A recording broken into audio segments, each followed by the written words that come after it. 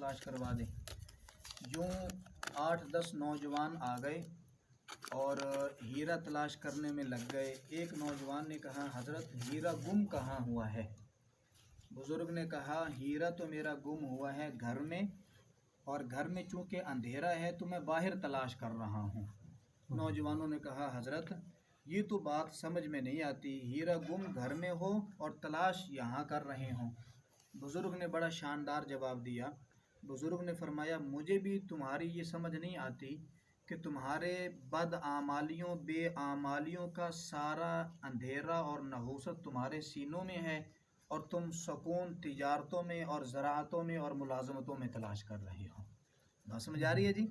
नमाज ना पढ़ने का, रोज़े ना रखने का, तरावी ना पढ़ने का, सदका खैरात ना करने का, माँ बाप का दिल दुखाने का, पड़ोसियों को तंग करने का, और बहनों के हुकूक पूरे ना करने का, और किसी का हक दबाने का, और अल-अयाज़ बिल्लाह सूद, रिश्वत, झूठ, फराड, धोखा, इन सारे चीज़ों का, और कुरान ना पढ़ने का, ये सारे अंधेरे हमारे कहाँ हैं? सीने में है। बात समझ आ गई जी? और हम तलाश क्या कर रहे हैं? सुकून मुझे पैसा ज़्यादा जमा करने में मिलेगा। भाई सहाबाए किराम के पास तो कोई मालो दौलत नहीं था, उनके पास सुबह का होता था, शाम को खाने का नहीं होता था, और हमारे घरों में तो साल हर साल की रोज़ी पड़ी होती है। हम बेचैन हैं और वो मुतमईन थे। और उनका इत्मीनान कैसा था? अल्लाह के रसूल की मजलिस लगी हुई है, दूर दराज से एक मुसाफिर आया, परागंदा बाल हैं और पुराने से कपड़े हैं। या रसूलुल्लाह फ़लाँ इलाके से आया हूँ, यहाँ मेरा कोई जान पहचानने वाला नहीं है, आज आपका मेहमान हूँ, मुझे खाना खिला दीजिए। तवज्जो रहे। आपने फरमाया, आपने खादम को भेजा, जाओ मेरे हुजरों में जाओ, घरों में कहीं से खाना लेकर आओ।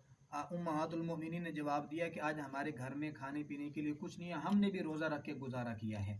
आपने फरमाया, कोई ऐसा आदमी है जो मेरे मेहमान को संभाले? सहाबी रसूल उनके खड़े हुए मजमा में से, या रसूलल्लाह इनको मैं खिलाता हूँ खाना, मेहमान आपका है, खाना मैं खिलाता हूँ। घर लेकर गए, रात का वक्त है, वहाँ बीवी से पूछा कोई खाने पीने की चीज़ों का? एक आदमी का खाना है, मैंने भी खाना है, बच्चों को भी खिलाना है, और वही आपने भी खाना है। अब इस सहाबी रसूल का जवाब सुने, हमारे घरों में साल हा साल की रोज़ी पड़ी होती है, हम यूँ एहसास नहीं करते। उस सहाबी रसूल के घर में एक आदमी का खाना है, और मेहमान किसका है? अल्लाह के रसूल का उसके पास। बीवी को कहती हैं, बच्चों को तसल्ली दे के सुला दो, आपने सब्र करना है, मैं भी कुछ नहीं खाऊंगा। मेहमान के सामने खाना रखा, मेहमान ने इसरार किया आप भी साथ खाएं, चिराग बुझा दिया, अकेला मुंह हिलाते रहे, मेहमान को ये तसव्वुर हो कि ये भी मेरे साथ खा रहे हैं। सारा खाना मेहमान को खिला दिया, उधर चिराग बुझा हुआ है, अंधेरा है, एक आदमी का खाना है, वो अल्लाह के रसूल के मेहमान को खिला के खुद भूखे, बीवी को भूखा, बच्चों को भूखा। उधर अल्लाह ने जिब्राइल को भेजा कुरान की आयत देकर, जाओ इस आयत में मेरे इस सहाबी की तारीफ कर दो, युथिरूना अला अनफुसिहिम वलौ कान बिहिम खसासा वमन यूक़ शुह्ह नफ्सिही फउलाइका हुमुल मुफ़लिहून। इस सहाबी रसूल ने आज ऐसा इसार और कुर्बानी दी है, अपने बच्चों को भूखा, बीवी को भूखा, खुद भूखा, अल्लाह के रसूल के मेहमान को खिला दिया। इस पर अल्लाह ने उस सहाबी की शान में एक आयत उतारी जो क़यामत की सुबह तक उस सहाबी की शान की अजमत को बयान करती है। क्या है भाई? ये उस सहाबी रसूल का अंदर साफ था, अंदर मुनव्वर था, नमाज रोज़े से मुनव्वर था, उसे नहीं पता कहाँ से आया, किस जगह से है, बस निस्बत कायम हो गई है। अल्लाह के रसूल ने फरमा दिया मेरा मेहमान है, अपने बच्चों को, बीवी को भूखा सुलाकर उस सहाबी, उस मेहमान को ये खिला रहे हैं। अंदर रोशन था।